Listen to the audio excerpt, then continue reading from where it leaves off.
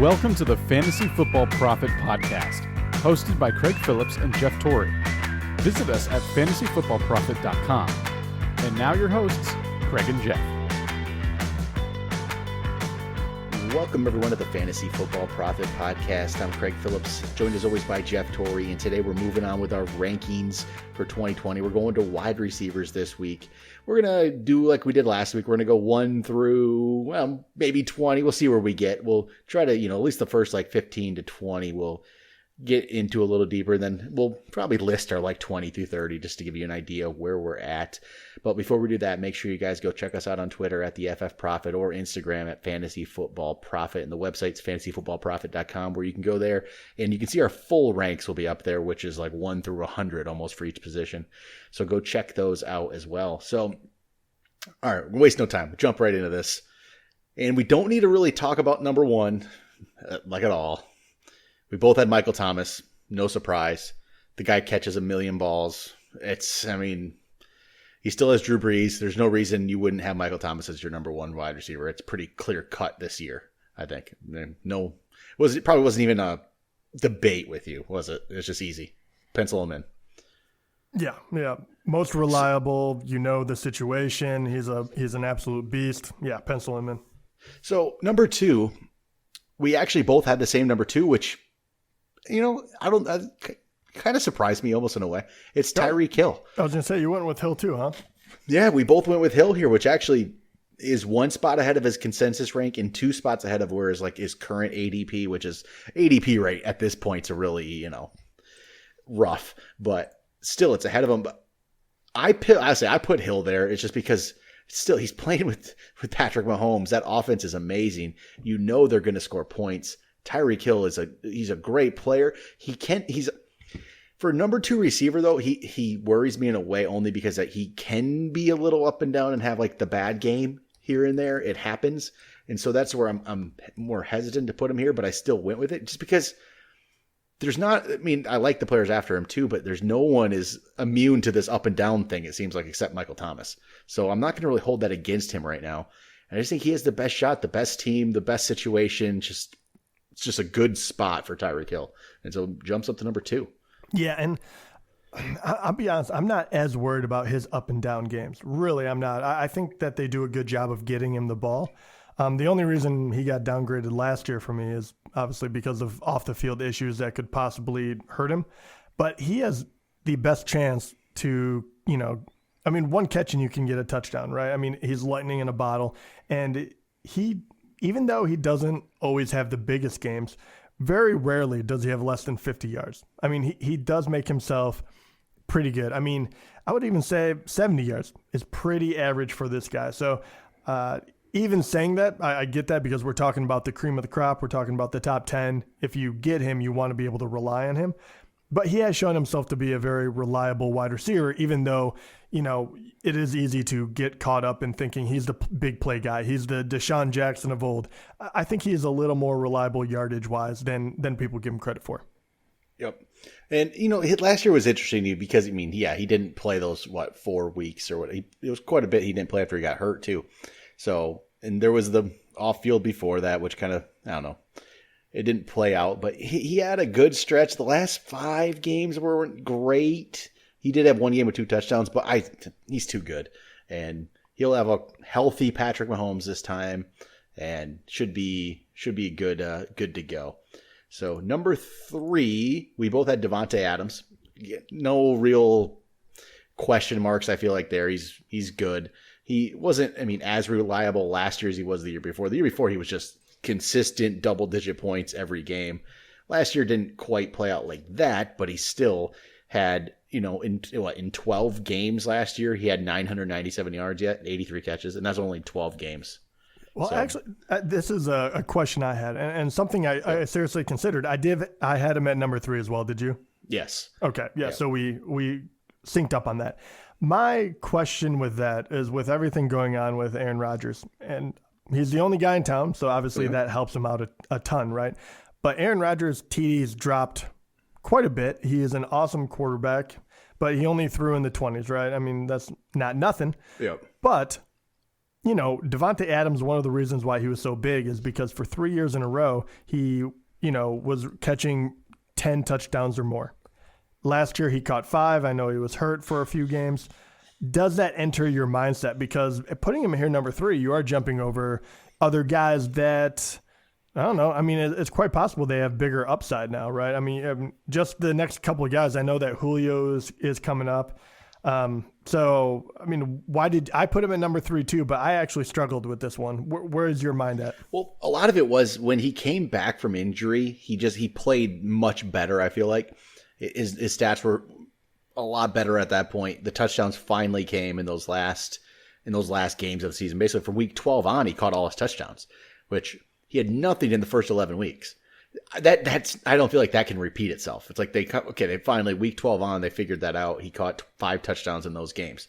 And I think that's more of the sign of things to come for Davante Adams for this year. He had, even the games he was down at the end, he had the touchdowns in them, really. So other than that, after he came back from the injury, he wasn't as great the first game, 7 for 41, then 7 for 118, 7 for 43, but he got touchdowns. 6 for 64, got 2 touchdowns. The 4 for 41 wasn't great, but then 7 for 103, 13 for 116, and 7 for 93 and touchdowns. So he ended the year strong there. And then he was even stronger in the playoffs. 8 for 160, 2 touchdowns, 9 for 138. It's like he just finally, those last 5 games counting the playoffs, he really, really figured something out. Again, they got back to where they were in 2018, I feel like. So I think that's going to carry over. All right, let's go here. Okay, number 4, we actually had a tie for number 4. So 4 and 5 was a tie. DeAndre Hopkins, Julio Jones. We flipped them around. You went Julio, DeAndre. I went DeAndre, Julio. I mean, I don't think anyone's going to throw too much of somebody will throw a fit about one of the ranks, but right. I'm okay with Julio, DeAndre Hopkins. I get it too, and I had that way until just recently. And I mean, I get why. I mean, there's more question marks because he's on a new team, new quarterback with him. I get it. Julio's Julio. He's great. He just is. But he never finds himself to be number 1 on any of my lists. And he's what? How old is Julio now? 30 something? 31? Yeah, I was going to say that's going to be the knock against him, right? Yep. Age is finally getting up there. But look, I mean, the guy's even with his size, though, I feel like age, much like Fitzgerald or Megatron or Moss, I feel like larger wide receivers like this can, as long as they don't get injured, fall off Mm-hmm. they have a longer shelf life at the end of their career because I think you can utilize them in different ways. And this guy's been bulletproof. I mean, he hasn't finished outside the top 10. Pretty much ever if he played more than 13 games. I mean, crazy. He the last 2 seasons he was 5th. 2 seasons before that he was 6th. Season before that he was 2nd. So this guy is bulletproof. He is a great one to have. So, and I don't have any issue with putting Hopkins above him. I really don't. I think I've seen enough from Cuyler Murray in order to understand that they're going to give him the ball. He is going to do wonderful because he is, arguably one of the best, if not the best wide receiver in the NFL at the moment. I know that's arguable. But hey, Julio is a guaranteed producer. And if you're going to get a guy like this who will pretty much be in the top 10, even if he doesn't catch double-digit touchdowns, that's pretty special. And then, on top of that, they finally show that if they give him enough, they finally force-fed him the ball a little bit in the red zone, got those TDs up. I mean, he is just one heck of a wide receiver, one of the best of all time. So let's jump over to number 6, which is Kenny Golladay, comes in number 6 for us. And you put him number 6, and I put him number 6. So we both jumped Kenny Golladay up. That's 1 spot ahead of consensus, 2 spots ahead of ADP. And I mean, he was actually better than that last year in fantasy. So that's not crazy. He finished number 3, I believe, in standards last year. Number 3 wide receiver, which is pretty impressive. A lot of touchdowns, 11 touchdowns. The catches were only 65, I guess, but 1,190 yards, 11 touchdowns. If he was able to get those receptions up, and I think he will with a healthy Stafford. If Stafford's there for the full season, look what he could do without Stafford there all year. With Stafford, I just think it's going to be even better. And it's going to be a really good season. So he comes in number 6 for me. I'm expecting a good year. Yeah, I agree. I think there will be some negative talk about Galladay because he's not as a complete wide receiver as a lot of these other guys. He doesn't get that target share like Craig was mentioning, but he is one of the biggest deep threats in the NFL right now. And you have Stafford, who has a giant arm. We saw it last year. He really is able to, go up and get the ball. And if you look at deep targets last year, he had 37, which ranked number 1. So I don't expect that to, maybe he won't be number 1, but I don't expect them to go away from that. I think that's too large of a piece of their offense. And on top of that, they actually should have gotten better in the run game, got more depth. So maybe the play action with Stafford will work even a little more. So yeah, I agree with you. I think that he is a safe top 10 guy, and I think that he comes with a lot of upside because what if he does catch a few more balls, right? Where these other guys are already kind of topping out at 130 targets. It's not really his game, so we'll see how they use him, but I really like his upside. And so 7 and 8, we ended up with Chris Godwin, Mike Evans. We both had Godwin 7, we both had Evans 8, and it's hard to say exactly how it's going to play out with Tom Brady. We really don't know, but they were both great last year, and it feels like Godwin really, really benefits from Evans quite a bit, and he was really good last year. 86 catches, 1,300 yards, 9 touchdowns.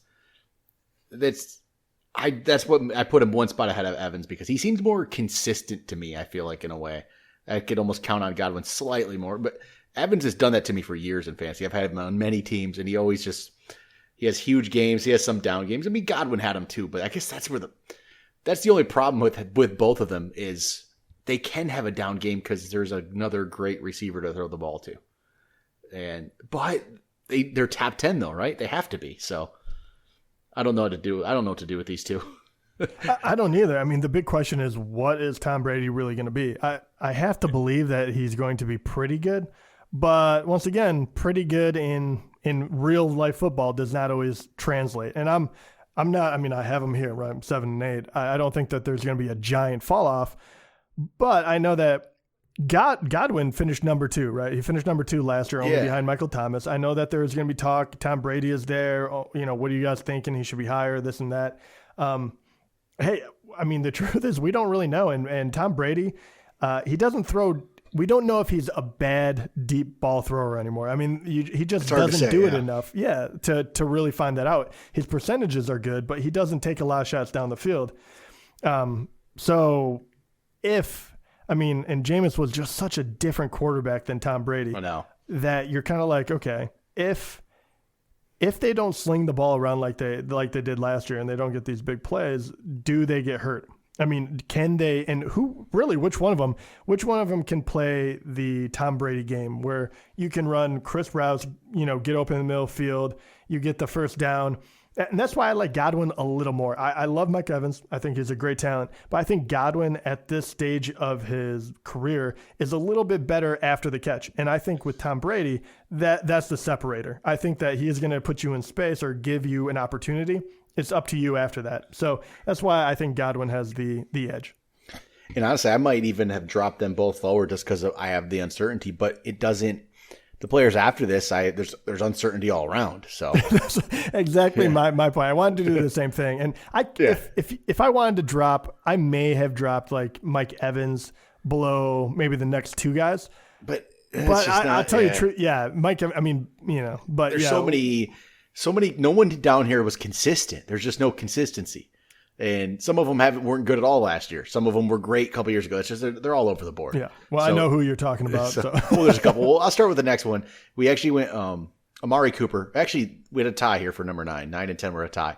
So it's Amari Cooper, who you put 11, I put 9, and it's Odell Beckham, who you put 9 and I put 11. So we tied them up. And I'll just make my point quick because I think this is pretty easy. Hey, they're both great wide receivers.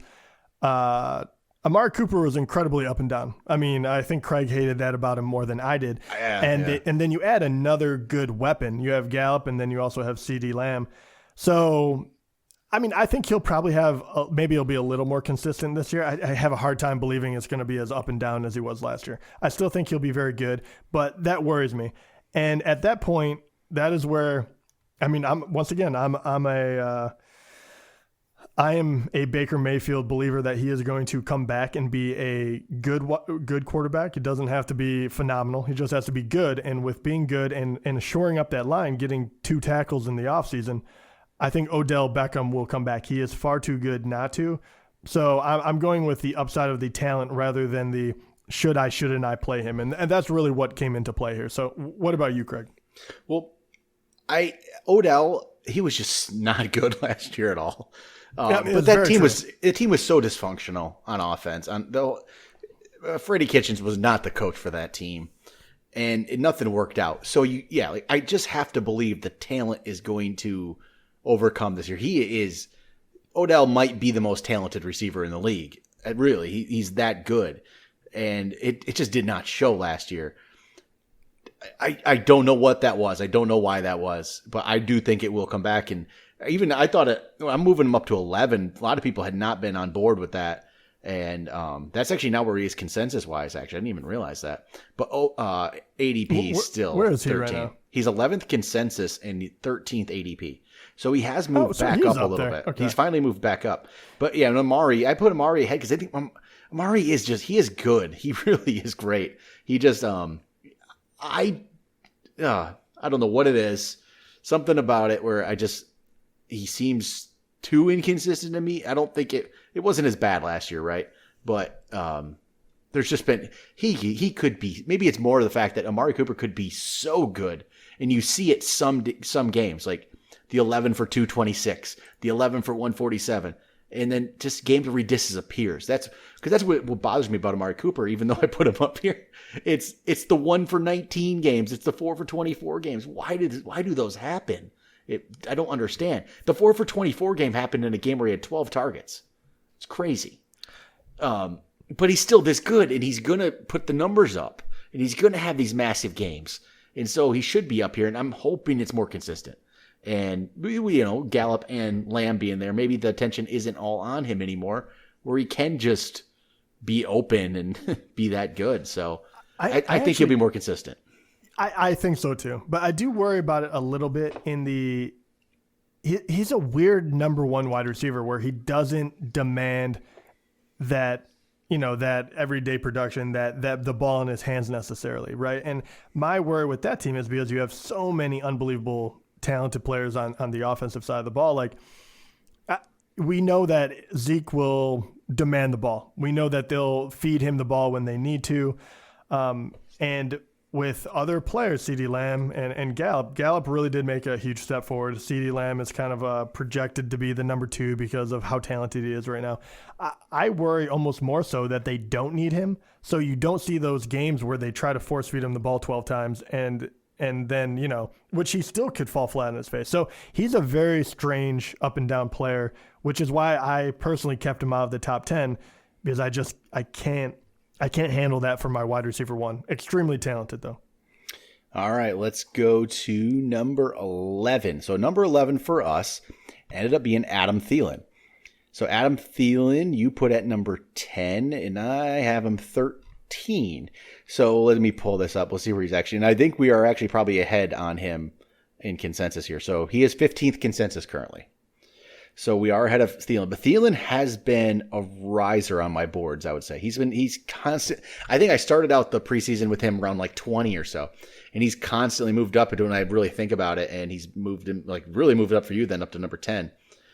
And I think there's multiple reasons for me why he's moved up when I've really thought about his production and what he's done. So he was, I guess I don't even want to say not good last year. He was injured last year, for a lot of games. And it was like when he was really he didn't start the year great. And then he was starting to come on. That's where like week 5, 7 for 130 and 2 touchdowns.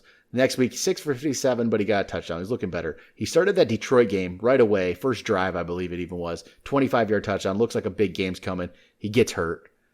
Misses the rest of the game. Misses a game. Comes back. Hurt again. Doesn't come back till week 15. Season's over. So it's like just when he was just starting to get into it. And I mean, he had how many touchdowns did he have there? He had 6. 6 touchdowns, and they all came in the first 7 games. Touchdowns were there. And he's a different kind of animal, and then they really use him well around the goal line. I mean, he had 9 the year before that, right? I mean, he almost had 1,400 yards and 9 touchdowns the year before that when he played all 16 games. Yep. And I think, and once again, this will be Diggs now too. So yes, I was going to say, what do you feel about that though? Do you think that actually helps him? I think he got a ton of targets. I think it does help because he is still the guy, and it's not like he's completely the guy they have to concentrate on because they did draft Justin Jefferson. So that does help. If they hadn't drafted Jefferson, I'd be a little more worried that he couldn't handle all the attention. But Jefferson's there; it's going to take some away from him. I'm confident in it. I feel good about it that he can be the main guy, the main target, but he doesn't have to be the only person. I think when I really look into it and see where he was going last year, I think his season would have turned out pretty well there, and then the injury just ended it, and we don't know what he would have ended up doing. So I feel pretty good about it. I think he's going to be, if he can get the targets like he did before, I don't see why he can't. I really don't, honestly. I don't see why he can't get a bunch of targets anymore. I think it's maybe not 153 targets like he did in 2018, but he can get targets, 120 targets. Yeah, they did turn into a much more run-heavy offense than, when Devin Cooke kind of had his coming-out party. And just for kind of showing you, because it's hard to tell, he got hurt, right? So 153 down to, playing 10 games, that's not a good kind of a stat line. But Stefon Diggs, right? You can kind of see it. And this is quite a big drop-off because he played 15 games, right, in the last 2 seasons. So he had 149 targets in 2018. This year he had 94. So he dropped off by about 50 targets. And yes, that's going to be part of it. Once again, there's a lot of other things that are going on there. Devin Cooke was having a possible MVP year. Kirk Cousins kind of was having that whole moment where everyone was doubting whether or not he should be the guy there. Do I think that his targets will go down? I do, but I don't think down by a whole lot because once again, Diggs is not there, and he is going to be their best option. So Justin Jefferson, I think, is going to be able to step in, like Craig said. I think he is actually going to have a pretty good year as well, especially for a rookie. But I think this is Thielen's time to shine, and I think he is going to be the first person they look for in the red zone as well if they decide to or try to throw it. So I think that Thielen not only will have a very good year, I think he's going to be a very reliable wide receiver as long as he stays healthy, which I can't necessarily say about all these guys up here. I think week in, week out, you can really expect him to get a certain amount of targets and, 6-7 catches possibly, because I think he's going to be the anchor. All right, let's go to our number 12, which ends up being Cooper Kupp as actually number 12 for us. So that means I had him 10th and you had him 16th. So a little bit of a difference, but I mean, at this range, I feel like you can interchange a lot of guys. It's not that big of a deal. So the knock on him would be he didn't end the year great, I would say, with targets, with catches. It wasn't great, right? He did have touchdowns, though. The last 5 games, he got a touchdown in each of the last 5 games. But yes, I don't know why the targets went down. It was, it's really when I don't know. Why did they go down? It's kind of strange, actually. This is not my own. I actually was listening to other people, and this makes a lot of sense because they really dug into the stats. So good for them. I wish I could give them a shout out. I cannot remember who it was or what channel it was. But the interesting part is because I was looking into Higbee, right? And I was looking into tight end, what's going on with him. Yes. Can I, because I put him on at players that I love because he did so well at the end of the year. But because of what was going on there, they ended up going into, more 2 tight end sets. And obviously Brandon Cooks was hurt and they couldn't run the ball. It was kind of a mess. So they were trying different things. And Cooper Kupp in the slot is phenomenal. Cooper Kupp lining up on the outside, still a very good wide receiver, but obviously not as productive as he was. And that is what, these people were saying kind of, that is where that fall off in production actually occurred. I once again, I'm not going to drop him way off, and I still like Cooper Kupp better than I like Robert Woods because, a lot of people are making that case that Robert Woods is the true number one there. All that. I don't buy into it at all. I'm not that guy, but I do think that is a very good analysis of what could possibly be happening as they shift offensive, they got rid of Gurley, and you do have 2 tight ends that they seem to like. So that is why he dropped a little bit for me, but I still think he is a very he's got a nose for it, man. He will get in the end zone. He will do a lot of good things. So he's going to be one that I watch, and depending on what happens in the offseason, I will make him go up or down. But right now, that's why he is a little lower than I wanted to put him at 16th. Yeah, it did. His fall did coincide with Higbee's rise there, didn't it? When you look at those weeks that he was down, that's when Higbee became a thing. So you do wonder if anyone working the middle of the field in the offense, are they going to be the guy to have? Yep. And we'll see how it plays out. We don't know what they're going to do. No Gurley. We don't know exactly how they're going to run that offense. So McVay's always looking to change things. There's no guarantee he keeps any one thing going. Exactly. It could be completely different than it was. They don't have another wide receiver. I'm sure they do have some wide receivers stashed away. So you can, if Kupp is really that good in the slot, I'm sure they'll figure out a way to make that work. Well, didn't they? I think they just drafted Van Jefferson. Is that right? I think it was Van Jefferson. So. Oh, they did actually. Yeah, right? He was one of the players I loved, and I think he's NFL ready. Whether or not where you put him, but if they could put him on the outside, it does fix that issue. Yep, I think that's I think they have the players to do it. All right, so let's go to number 13. Number 13 is Stefon Diggs. You had him 14. I had him 12. We are way ahead on consensus on this, Jeff. No, way ahead. By how much? He is 25th in consensus right now. Why in the world is he so low? He is way, way down there. And okay, I love Stefon Diggs, and I have. Everyone, if you've listened to the show pretty much since the existence of the show, I've been a Diggs fan. I mean, it's there. And last year, I guess, was a down year, 63 catches, but he still had 1,100 yards in those 63 catches, which is crazy when you look at his numbers. He had more yards last year than he did in 2018, and yet he had 39 less catches last year. He went from 10 yards catch to 17.9 yards a catch in just a season. That's crazy. And I mean, he's the number one in Buffalo though now. Josh Allen is going to be – I feel like Josh Allen's just going to constantly look for Diggs all the time, isn't he? I mean, he's going to look for him all the time. I don't see how he doesn't. Oh, without a doubt. Right? I mean, you would hope. And even if he's not perfect, you don't have to be. I mean, Diggs is a very good wide receiver. I'm not sure why people downgrade him so much. Well, if he's really, truly going to be ranked that low, and his ADP is 21 right now, so that's pretty low too. If he's actually going to go that low in drafts, he is going to be on every one of my teams.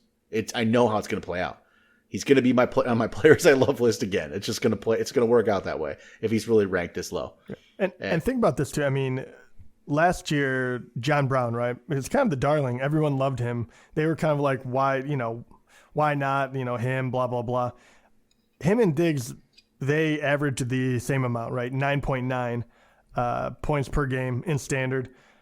And Diggs is better. Yeah, I mean, and not by a little bit. I mean, by quite a bit, right? And he is going to turn to the number one. If they found out a way to make John Brown very relevant, I don't see a reason why they won't, do that times whatever it may be to Diggs. I mean, Diggs, finished 18th last year when you heard Craig what he talked about with his targets, everything going down, and he is a great deep threat. It really does fit this offense really well, and they're trying their best to make their young quarterback give him all the weapons in the world. So I think they went out and they got him a very talented number one wide receiver, and that's how they're going to use him. So I have all the confidence in the world with him. I have no idea why you would ever put him in the 20s after you saw John Brown can be in the top 20, and Diggs obviously was in the top 20 in the past. How many, it doesn't make a whole lot of sense to me.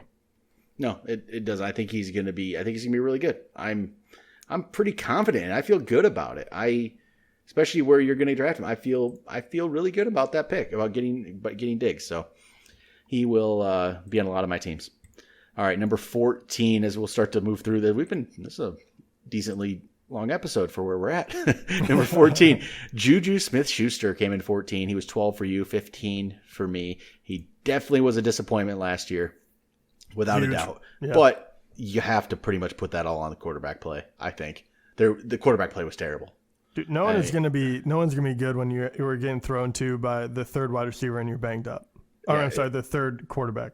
Yeah, it just it was bad. It was really really bad. So I don't think you can judge him on it. I really don't. But he's moved back up the ranks. It looks like he is now 12th consensus actually as well. No, is he really that high now? Yeah, that's awesome. He's well, gone actually, up. it's not for me, but yeah, right. But yeah, I mean, I guess the video surface, or the video they sent out about Roethlisberger being back and throwing and doing all that. I mean, that is really what it came down to. You have Roethlisberger out there, and you're kind of like, yeah, Juju will be fine. You don't have Antonio Brown, you don't have all this, and the heat is kind of off of him. He doesn't have to be a top 5 wide receiver, but is he going to be a wide receiver too? Yeah, a very good one as long as Big Ben stays healthy. Yep. So I feel pretty good about Juju. I think it's a really good wide receiver too. So number 15, Allen Robinson. You had him 15. I had him 14. And consensus wise, Allen Robinson is actually number 9. We're down on Allen Robinson compared to consensus. And that's a funny thing because I was like 10 spots ahead of Allen Robinson than consensus last year. And I was proven right, I guess. But now I actually rank him higher this year, and I'm down on him. I guess I don't trust the quarterback situation there. That's really my only reason why he's even 15. I don't love the quarterback situation. I think he's good. I don't think he's really elite, I guess. I think he's a good wide receiver 2. He's a middle of the road wide receiver 2. Should be good, but the quarterback situation just worries me. I don't know how it's going to play out. So that's why I guess we're down on him than consensus. I didn't realize how far we were, but we are. Yeah, I mean, he had a good year last year. He was very sneaky in the way that he was able to put up points. I mean, he had over 1,100 yards, 7 touchdowns. He was targeted 154 times, which is massive. I guess my question would be the same as yours: is Trubisky or whoever really, or Foles? Are they able to get him the ball? And is he really a deep threat like he once was? Because you're not going to get more targets than 154. I mean, that's just not going to happen. Not in Chicago's offense. Everyone believes that Montgomery is going to get better too. So if that happens, it should take away from. And you also have other guys that can catch the ball. Obviously, Anthony Miller and a few other guys. But that's my question: is how much better do you think these numbers can get? I don't think they can get better. I don't either. I think he kind of, exactly. Yeah. I think he kind of hit his ceiling, and I praise him for it. But I think you're buying off of, I don't know. There's a lot of talented guys right here. So Allen Robinson, he is talented, but I think we know exactly what he is. And at one time he was phenomenal. But right now he is a very good wide receiver with a very average quarterback. What does that add up to? Yep. Now we're going to have a group of 5 young guys in a row who we ranked below him in our consensus. You have at least one of these guys ahead of him, but you start to wonder, should you draft the young guy who has potential to jump over him? So personally, I do. We'll have to relook. We'll relook as we get going. I know that starts to weigh on me. So I'll go number 16. It's AJ Brown, who you do have ahead of Robinson. He's 13 for you. He's 20 for me. I actually have him lower. Oof. 20. Why do you think he should be lower? I think that would be It's more of, I know how this plays out. Sometimes the rookie maybe the targets aren't there year one, but he obviously shows promise and he jumps up year 2. I can see that playing out for sure. He was so much relied on those big plays. So that's my only hesitation. He only had 1 double-digit target game the entire season. And that was week 14 when he had 13 targets. He did have a good game out of it, 8 for 114 touchdown. But he followed it up with only 2 targets. But it's just 1 double-digit target game. And I guess my other worry is if they just ride Derrick Henry again and do that way, maybe the targets never get there. It depends on how the offense plays out. Obviously, if the targets go up, he's going to be great. I just worry about the targets. That's it. That's really my only worry. Because he turned 52 catches into 1,000 yards last year, 8 touchdowns. He is great when he gets the ball. I just don't know if the targets will be there. It was only 84. I mean, that's not going to get it done. Obviously, I think it'll be close. It'll be higher than that, maybe 100, but I need it higher than that to be really confident in him. I get that. And I would go I actually would use your argument against you just a little bit. I think you're correct in worrying about targets. My wonder is them riding Derrick Henry like they did last year. Does that actually help him? I mean, you need to load up the box. You need to try to stop this train coming through the middle. And does that, alleviate a lot of the pressure in the secondary? And I would say yes. And I think A.J. Brown took advantage of that. And I think if you enhance the amount of targets, you have another, Tannehill and him should be on the same page, who obviously they worked really well together. Tannehill, week 7 on or 6 on, he was the starting quarterback there. And A.J. Brown really broke out. And I like the big playability. I think he is obviously the number one there. And yeah, for all those reasons, I really love him. I think he showed that, he was number 10 wide receiver in standard last year. And with that small amount of, targets and whatnot. So if you increase his workload and you keep Derrick Henry pounding the pavement, I think it would be very difficult for teams to stop him from making a handful of big plays. So consistency, I do worry about that a little bit.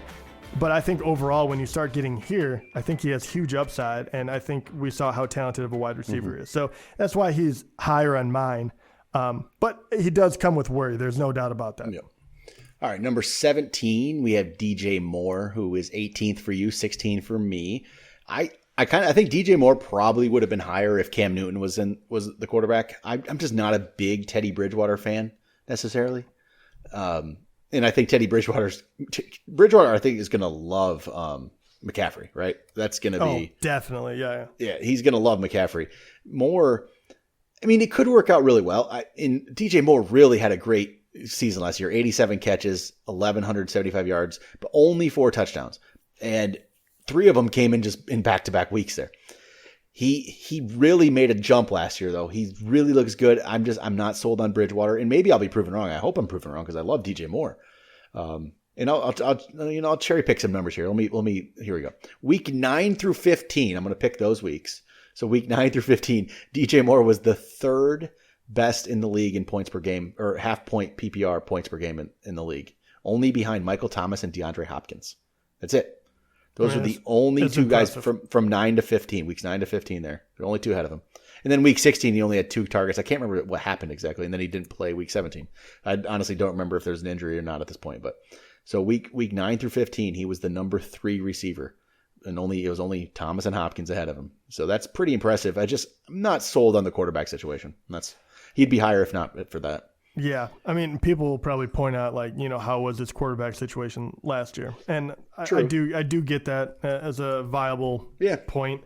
And I'm with you. You look at his numbers and you're looking at the yardage he's been getting, and you're kind of like, oh, wow, maybe I should. Mm-hmm. But I still can't get behind him because I don't. He's not really the number one target. Yeah, McCaffrey's exactly. Truly the number one there. Yeah, he is. People know about him, and I don't know. That offense, I don't expect them to be overly special. I think McCaffrey obviously is. But does that mean he's going to get a lot more opportunity to get in the end zone if he doesn't break a big one himself? I'm not so sure about that. So I think that he's a little bit capped by his team. And I know people love him, so I'll probably get crap for that one. But it's one of those, I don't feel it, even though you see him building to being one of the better wide receivers in the NFL. I just don't think this is the year to do it because I think he'll be overdrafted. All right, next up is going to be Cortland Sutton for us at number 18. He was 17 for you, 18 for me. So he was probably on a pace as well to be higher in the ranks, but they really loaded up the talent on that team. So it's not going to be just like Cortland Sutton. There's a lot of guys to get the ball to. So because of that, he maybe fell a little bit, but I think he's a very solid wide receiver too. He's in this. There's a lot of these guys right here that showed a lot of promise, and just waiting. Are they going to make another jump, or did they jump to what their level is? He had 72 catches, 1,100 yards, 6 touchdowns last year. And you just don't know. I feel like when they do that early on, they still have one more level, right? This is only year 2. Just like, same thing with, DJ Moore. But do they have another level to go to? And I think Sutton does, but a lot of it depends on if Drew Lock is good. We don't know that yet. I think he can be, but there's no guarantee Drew Lock's actually good. Yeah, I really like what I saw from Drew Lock last year in the limited play, right? He was 4-1 as a starting quarterback. That's great. But he didn't, once again, as a rookie quarterback, they didn't ask him to do a ton. He really had one game where he stood out. He threw 3 touchdowns, 300 yards. But after that, there was only one other game where he threw for over 200 yards, 208. So, there's still a long way to go, but I really like where he's at. And I do think that Sutton is good enough to kind of duplicate what he did last year. And that would be good enough to kind of to put him in this range. I think that he's just a terrific wide receiver. And if Drew Lock is better than advertised, better than we think, and he, throws the ball around a little more, can get in the end zone, Sutton will be more than good. He will be kind of a breakout guy. And the next guy on our list at number 19 is Calvin Ridley. So Ridley, 19 for you, 17 for me. Another same thing here, right? This would be another second or third year guy who. So if you look at Ridley's numbers, first glance, you don't think, oh, he didn't really progress last year. Same catches, basically same yards, touchdowns a little lower, but he played in 3 less games and he was pulled off the same numbers. So he was on a better pace and he really picked it up towards the end there. His last 4 games were really good there. 8 for 143, 6 for 85, a touchdown, 8 for 91, 5 for 76. So he really started to, I think, look like we thought Calvin Ridley could be. And in that stretch, let's see, I'll pull some numbers again here too, see where he was for those 4 weeks there where he really started to play. He was the 4th best receiver in the league over those 4 weeks. So he started to play, and Michael Thomas was ahead of him. A.J. Brown was. That must have been one of A.J. Brown's big games. And you don't want to hear this, but Robert Woods was ahead too. I know. He's had moments. But Ridley, again, it's another one where can he make that leap again, that jump one more level, and will he get there? And Ridley, it's weird. Some of these ages of players in their 30s. Ridley's already 25, and you got like Juju, who's in what?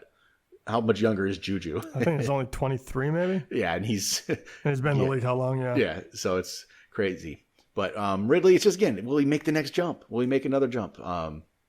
Maybe. We don't know. You never know. A couple of these guys will in this little group here. Brown, Moore, Sutton, Ridley.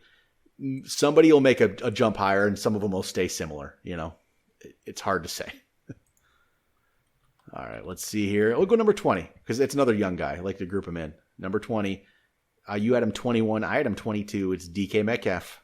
And he showed a bunch of signs last year and flashes that he could be a really, really good receiver in the league and end up with 58 catches, 900 yards, 7 touchdowns. I really liked what I saw from DK Metcalf. And I do think there's going to be a jump here with him. He had 100 targets last year. If he could turn those into some more catches, yeah. I would love it too because people would call this crazy. First of all, for loving him a little bit, but even with that, I wasn't over the moon. I pretty much said I think in the second half of the year he's going to be a guy that you want on your bench.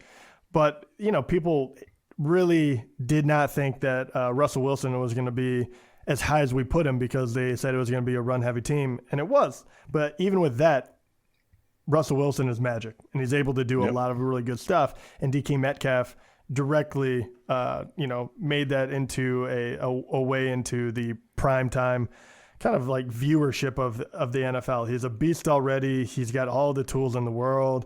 People couldn't believe he fell that far because he's such a specimen. And he just lived up to the hype. He is crazy to watch. And he really could get a few more targets, and I believe that he will kind of raise that catch percentage up a little bit. It was at 58. I think that could be better. He is a deep threat when they need it. And they did have some injuries even in the run game. They ran it a ton, but I think that their offense could be even better. I did hear that, and I don't know, how true this is or if people are actually trying to make it happen, but did you hear about the Russell Wilson wanting Antonio Brown to come to them? Yeah, I heard that. If that happened, I don't know what that does for. I don't know if in my mind, I don't know if that would help or hurt Metcalf. Honestly, I think that might just pull all the defenses to one side, and you don't have to worry about. Actually, I think it would help him. In my mind, it's such a far shot, but in your mind, if something crazy like that happened, does that help or hurt Metcalf? I don't think it hurts Metcalf. I don't think it does. If anything, maybe lock it. I think Metcalf is going to be there, and he's going to. I don't think it hurts him. I really don't. I think it's going to help him. I think he'll be fine. There'll be no attention on him, but there should be though. There should be attention on this guy. He's ridiculous. Yeah, so, what CB can line up against that guy and be like, I'm not gonna win 1-on-1. Like there's there's very few that can be like, I'm physically, sound enough to make sure this guy does not catch the ball. So Metcalf is 26th currently consensus wise. So we're up. We're obviously higher on him, but we've been, so no surprise. The consensus does have Lockett 22 and Metcalf 26, which we don't buy into. I'll say, so we got through 20. I'll just throw some others here, but we'll lock it quick though. He's 22 consensus. We have him 27. So we are definitely not as big at Lockett fans. So after Metcalf at 20, it went Keenan Allen came in 21, which you're down on him a little bit more than I am, but we're both down on him a little more. Quarterback situation, who knows what's going to happen. If they have a rookie, I don't like it, So that's pretty much why he falls. Robert Woods comes in 22nd for us. I think that's a good spot, right? 22nd. Yeah. And I get it. If people want to draft him a little higher, they can. I can't get behind him, man. I know he's put up some numbers. He's not a bad wide receiver, but I do think it gets a little overhyped. But who knows? Maybe the whole idea about lining up on the outside. He obviously did better in the second half of the year. So if they keep with that offensive strategy, it's a very solid argument for that. But I'm not buying into it. Devontae Parker came in 23rd for us. I need to see more from Parker to believe it. I don't believe it yet. I don't. Honestly. I agree. Not to mention, who knows? I mean, is it Fitz that's going to start? Yeah, are they going to go with Tua right away, and then you have to go through the growing pains? That's really unknown too. Yep. So that's 23. 24 is AJ Green. This could be a steal. We just don't really know. I was going to say, I actually really love this. I will try to get him. If he stays here, I'm going to try to get him in a bunch of drafts because he is and I use this quite a bit, but he's a lottery ticket in the middle rounds where you could get a wide receiver one for nothing almost. He still might have a year or two left as a top receiver. We don't know. It's hard to say. So it wasn't some crazy injury that, knocked him out. Really, he could have came back last year. They just had no reason to bring him back. So it's not like he's coming back from an ACL that happened, mid-season or something. He should be fine. Deebo Samuel's 25 for us. We both, another young guy who could make a jump. T.Y. Hilton 26, Tyler Lockett 27, DJ Chark 28, Terry McLaurin 29, and Will Fuller 30. Will Fuller could ever stay healthy. That guy could be really good. Especially, oh my God, without Hopkins. Yeah. Even with Hopkins, he would have been really good. I wish he wasn't made out of, silly string or whatever. Right. Well, that's our list there. That's our 30. After that, it gets more boring because the next two picks are Landry and Edelman. So no need to talk about them. Some people get upset about Edelman yet being down. Who's going to be throwing the ball to him? Jarrett Stidham? Brian Hoyer?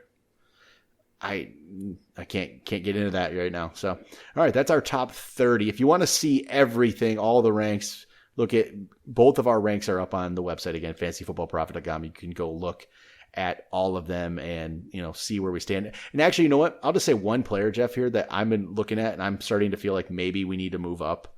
And I have him in the same exact spot you do, but is Marvin Jones. So are we drastically underrating him?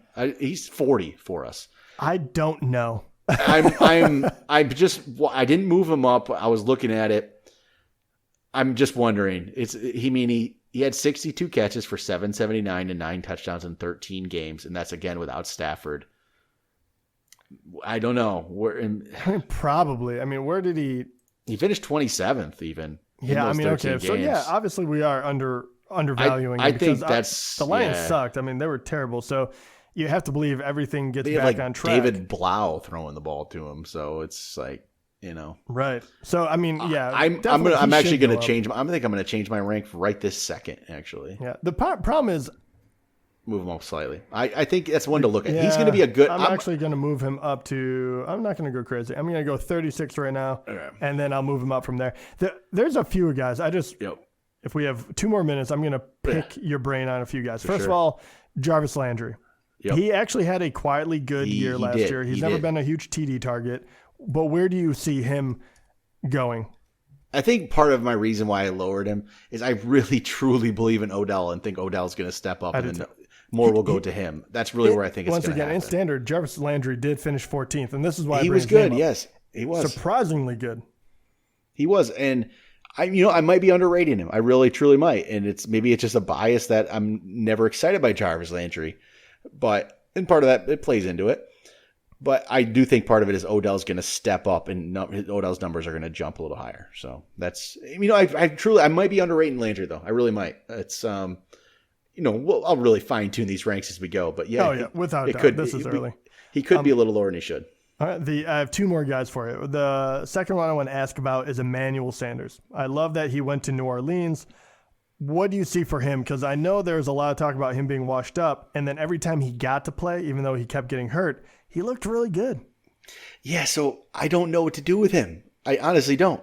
I put him, let's see, where did I put him? He's my new number 40 now, actually. Okay. Yeah, he's my new number 40. And I have him at 35, and I bet we have him above consensus at the moment, Consensus, he's 44. Yep. Okay, yeah. So I think it's a good spot for him in that offense, and he did play really well.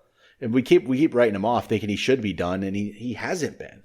And yeah, I'm looking where I have him in this vicinity of players is he's going to be ahead of like Tyler Boyd, who I don't quite believe in, and which I really don't believe in compared to consensus. I just don't buy. I don't believe in Tyler Boyd, and Mike Williams, who just hasn't shown me enough yet, and I can't rank him higher. And there's players like that probably should pick Emmanuel Sanders over them, and Alshon Jeffrey, Robbie Anderson, Sterling Shepard. All those guys. Yeah, he should be ahead of those guys. So I think that's a decent spot for now. It's going to be interesting to see how it plays out, but he's going to be a good number 2 there for him. All right. I actually lied. I have 2 more guys, but we'll do lightning round. So the other guy I have to, because I just saw him here and I want to know your thoughts on him. Brandon Cooks. He goes to Houston. He's an interesting one. I am higher on Brandon Cooks. So Brandon Cooks actually is 29th for me. Oh, wow. Yeah, much. Yeah. I was going to say, I was staring at him and I was like, I have him way too low right now. And a lot because I worry about concussions, honestly. Yeah, some of that's there, but I think this guy's, he's had a weird career, right? He keeps but people keep valuing him because they keep trading for him and trading decently high draft picks for him. And so that keeps happening. He is consensus 37 right now. So I'm 8 spots up on him. And I think he's going to, Deshaun Watson's a good quarterback. And this should be a good team. He should be able to be their number 1. That's why I did put him ahead of Fuller. So he's not ranked ahead of Fuller in consensus, and I think you probably had Fuller ahead of him, but I put him ahead of Fuller. Yeah. I don't mind that. The more that's why I had to bring him up. The more I thought about it, I was kind of like, man, am I undervaluing him because of what has been going on? And probably. The last guy I do want to mention, because I'm higher than quite a bit higher than consensus for sure, but Justin Jefferson, because obviously he steps right into that Stefon Diggs role possibly. I think he's a very talented wide receiver coming into probably the best situation. And you can, with a quarterback that has proven that he can get the ball to the wide receivers, you could make the argument for, obviously, and I don't even say CeeDee Lamb, because I don't think he's in the greatest position. I think he's on the best team, but either him or Jerry Jeudy, because they're both the number 2, but you have Locke compared to a more guaranteed guy. So what do you think Justin Jefferson would actually be able to do his rookie year? I think it's a good spot. I think he's going to be able to be valuable player. Let's see here. You had him 32nd. You had him 22 spots ahead of consensus. You are way up. That much? Yeah. Okay, so I'm way ahead. But I have him 37. I have him 37. I'm only 5 spots lower than you. Yeah, okay. Good. So I'm not that far off. I thought that he was going to be way under in consensus, but that's going to be a guy you can get for nothing in drafts. I really don't. I think he is going to be one of those guys you can grab late, put him on your bench, and I think he could possibly start for you late, in the year. Heaven forbid Thielen gets hurt again too. All of a sudden he's the number 1. Like, give me a break. That's going to be a good late round pick, and if people aren't paying attention in auction, that could be a good $1, $2 player. Why wouldn't you draft him if you're getting him like in an auction for $1, $2? There is going to be quite a few wide receivers you can get late, especially auction, like you said, for nothing. Really nothing, because all the money goes on the top end of the draft anyway. Man, we haven't even gotten to Brashad Perriman, Christian Kirk. We mentioned Marvin Jones, but you have Jerry Jeudy, Deontay Johnson if he ends up being the number 2 in Pittsburgh, and so on down the line. So there is a lot of guys to like later on. So in standard, I'm going to throw Justin Jefferson. Look at this. In standard, actually, he's 59th in standard. He's behind Henry Ruggs, Curtis Samuel, Sammy Watkins, Deshaun Jackson. Okay. I think that is absolutely nuts to put him behind Ruggs. And I Right. know that I'm lower on Ruggs, but at the same time, I don't know. Why would you believe that Ruggs is going to put up major numbers on Las Vegas, on the Raiders? Yeah, shouldn't. So, all right. Yeah. All right. I think that's it for wide receivers. We went long on wide receivers here. There's a lot of players to talk about. That's for sure. So next week, I think we'll jump into quarterbacks, which I guess is never as exciting for ranks, but I'm actually kind of curious how it's going to play out. I don't actually know. Once our top two are gone, which is going to be obviously Mahomes and Jackson in either that order or the reverse order. It's one of the two. Who knows? You might have Lamar in one. I don't know how it's going to play out. After that, players are all over the board. It's really not a sure thing after number 2 this year. Actually, I'm looking at some ranks right here, and let's see here.